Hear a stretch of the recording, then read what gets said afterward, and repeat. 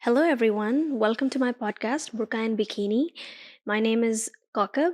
Some people also call me Coco. I'm a journalist and have been in the industry for over half a decade, reporting on politics and gender across South Asia and parts of Europe. Um, I want to talk about what led me to starting this podcast and what Burqa in Bikini is about.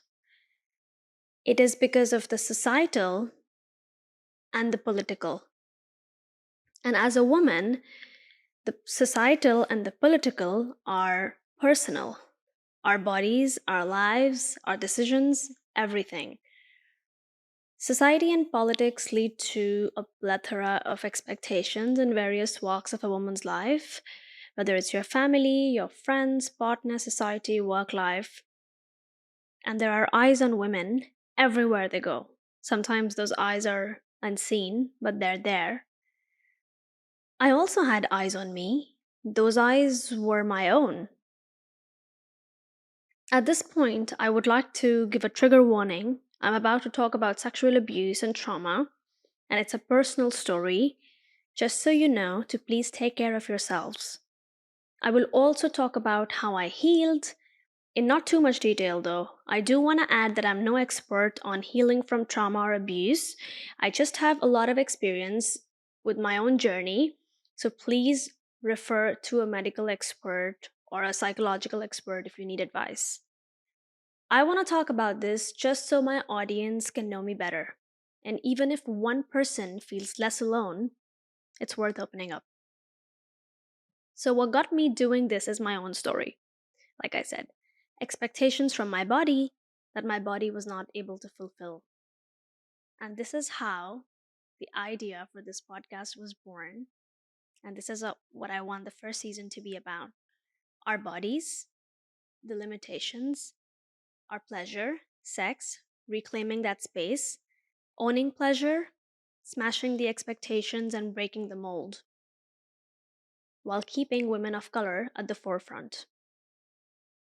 I want to talk about women and how they shouldn't have to choose and how they could have it all because I want to have it all.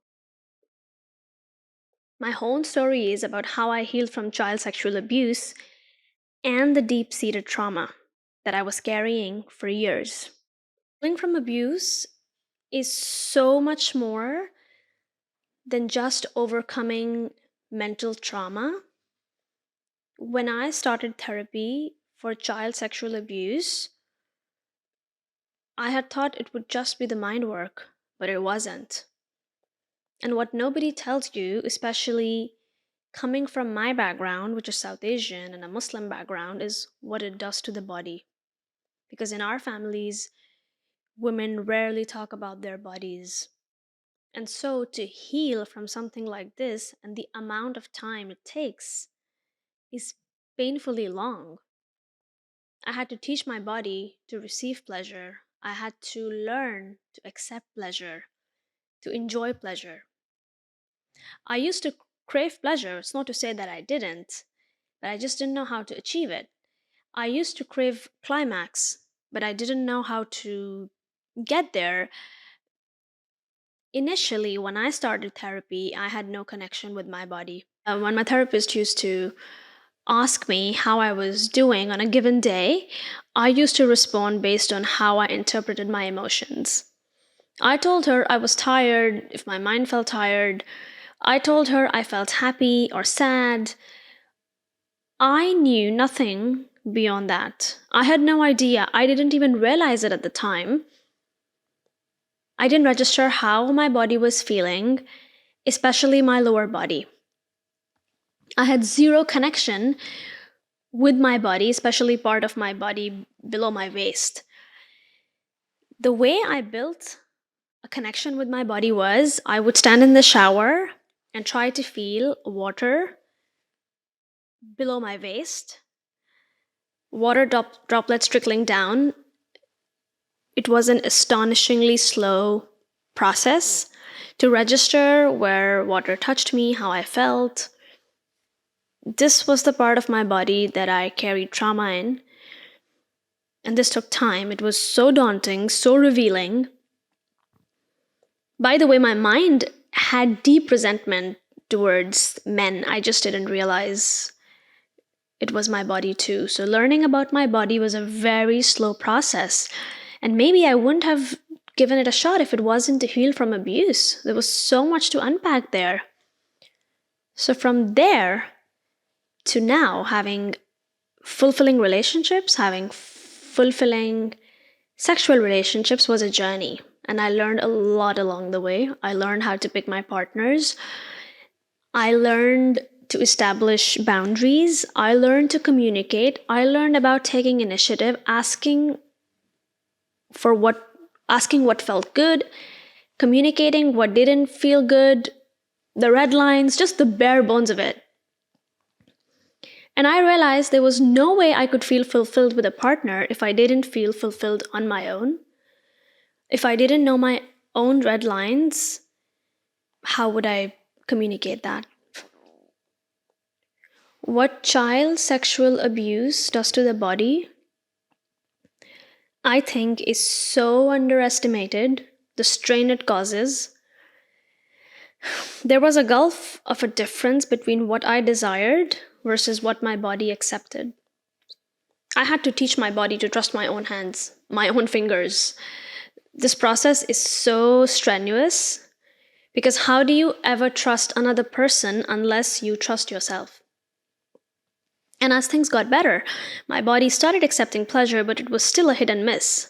Sometimes my body would accept it, other times my body would just refuse to cooperate. I had to start listening to my body. There was no other way. And when I had thought that things had started looking up, I hit a snag. This happens very often in your journey with healing. Just when you think you're making some headway, you hit a snag. This time, I discovered that I had a case of recurring vaginismus, and it means painful sex. It was irregular, but was there. Some days it would vanish, other days it would come back. And this time, the case was very severe. I had started noticing how deeply this was connected to my stress levels. My inner thigh muscles had been contracted for as long as I had existed. And I had never noticed that. On more stressful days, my body would refuse to cooperate. My muscles were so tight. This was the first time I understood the play here. When I first realized I had vaginismus, safe to say it was the darkest period of my life. I was truly, properly broken for the first time, and there was no light at the end of this tunnel. And by this time, I had been going into therapy to heal from sexual abuse for many years. And then, bam, this happened. And I thought to myself, so all the work I had put in so far was for nothing? My situation was so severe. I was so desperate to fix it. And I don't recommend this. But here's what I did. I would try to insert tampons of varying lengths and widths. But the more I tried to insert, the more I couldn't. My muscles were so tight, it was frightening. It was like my body was protecting itself against an unseen threat. I had no idea the trauma ran so deep, and this is me realizing the extent of the scar. And by this point, my mind had healed a great deal, but my body hadn't.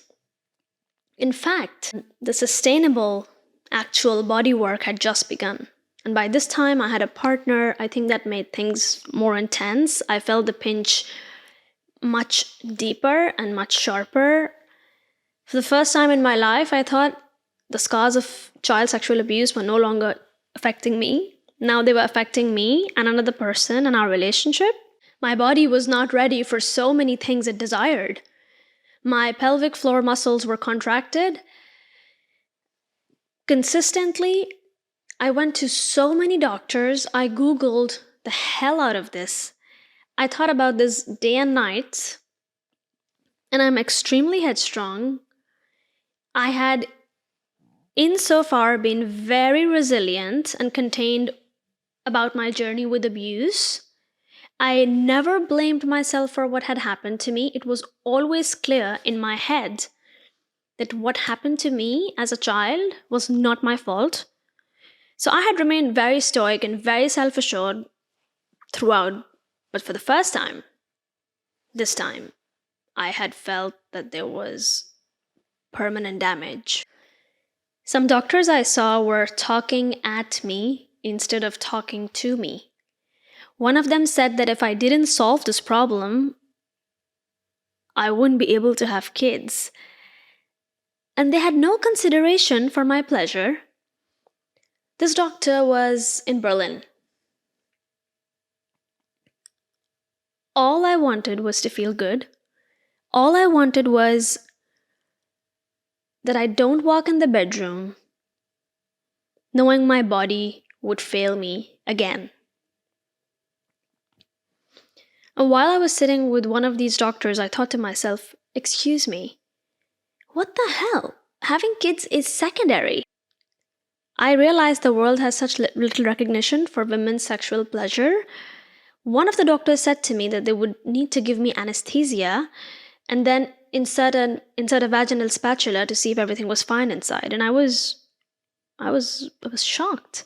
I was so confused. I thought, why would a doctor go to this length to insert something inside a person who's complaining of vaginismus and contracted pelvic floor muscles and painful sex? It's like vaginismus just didn't exist for them. And they were like, well, lie down with your legs spread apart, let's just insert something and be done with it. And this is where my idea was born, that I have to talk about it. This is the condition of so many women. They go through this either because of their doctors, their partners, their mother-in-law, if you're Pakistani or Indian. And this is just so common in so many societies. Just insert something inside a woman. And in many countries, in South Asian countries and in Muslim majority countries, marriages are not consummated unless you have sex. And I was like, how are all these marriages consummating so effortlessly? It turns out vaginismus and painful sex is so common. So just how? And then that's how I reached this conclusion, that there's some kind of coercion happening there. In intimate partner relationships, women just cave in or what? Because the expectation is that you have to have sex with your partner on the first night of your marriage. You have sex before you can have dinner together. And I was like, we have to talk about this. Another realization I had was some of the women in my family, in my circle, from my parents' generation, they got married and had babies 9 months later. And they were petite as hell, short, just like me. And I started wondering, if all of them had pain-free sex, maybe they did not. But nobody bothered as long as their marriages were consummated. This is so alarming. So I started digging in. The more I read, the more I realized that most of the women, especially who come from similar backgrounds as I do, have no relationship with their bodies or very little relationship with their bodies. Most of them haven't explored their own sexuality. The society I come from, women are expected to please their husbands. If a woman gets anything out of the process, which she doesn't 9 out of 10 times, but if she does, it's bonus. If they seek too much pleasure, they're often slut-shamed, especially if they aren't married. And this opened a whole new door for me. I realized sexual coercion is more common than we think. And while coercion is largely consensual, if you had a chance, you wouldn't do it. And then to heal from abuse or any other bodily trauma with all of these things is just hell. All of this makes it that much harder. South Asian societies have not equipped women to engage with their bodies. And their expectations are so damn high, even irrational. In this society, having babies is more important than having good sex. Because very often the purpose of sex is procreation and not pleasure. So I decided to start writing a book about it. And then I decided that I want to record an entire podcast season, which includes women's bodies, their sexual empowerment, self pleasure, autonomy, choice, how they want to express themselves. And I want to include all the women of the world into this conversation.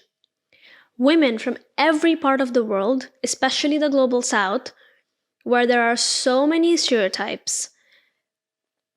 For example, a hijabi woman is a sexually repressed woman, or that a Muslim woman has no desires. That is absolutely not true. In the end, I healed. I overcame vaginismus. I overcame trauma a great deal. It was mostly self treatment. My partner played a very big role in that. Everything worked out. The point of sharing all of this is that this is the reason that I'm doing what I'm doing. This left such a deep impression on me. It was an eye opener. There was a vacuum in the debate about healing from sexual abuse. I want to fill these gaps. I know many women would relate with my experience. I learned two things from all of this. One, having good sex is so crucial to heal from experiences of bad sex. And I don't say this lightly. This journey lasted a few years for me. It doesn't happen overnight. It's one of the most boundary breaking, challenging things you can do. And it can take the living daylight out of you, really. But more importantly, the second, that you absolutely need to have a relationship with your own body before you can build a relationship with someone else. Only then you're having conscious, safe sex. That's it from my side. If you have a story to tell, I would be delighted to record a podcast with you. Anything related to women and their bodies, it doesn't have to be sexual. If you are pushing the boundaries in any way, I would love to listen. And that's everything societal and political, because like I said, for us, it's personal. I also want to add, many a time gender inequality is accompanied by racial inequality, and I'm actively looking to feature people on this podcast who are from non-white backgrounds. I don't want this to be a colorblind space. I want to talk about all of this from a non-white perspective.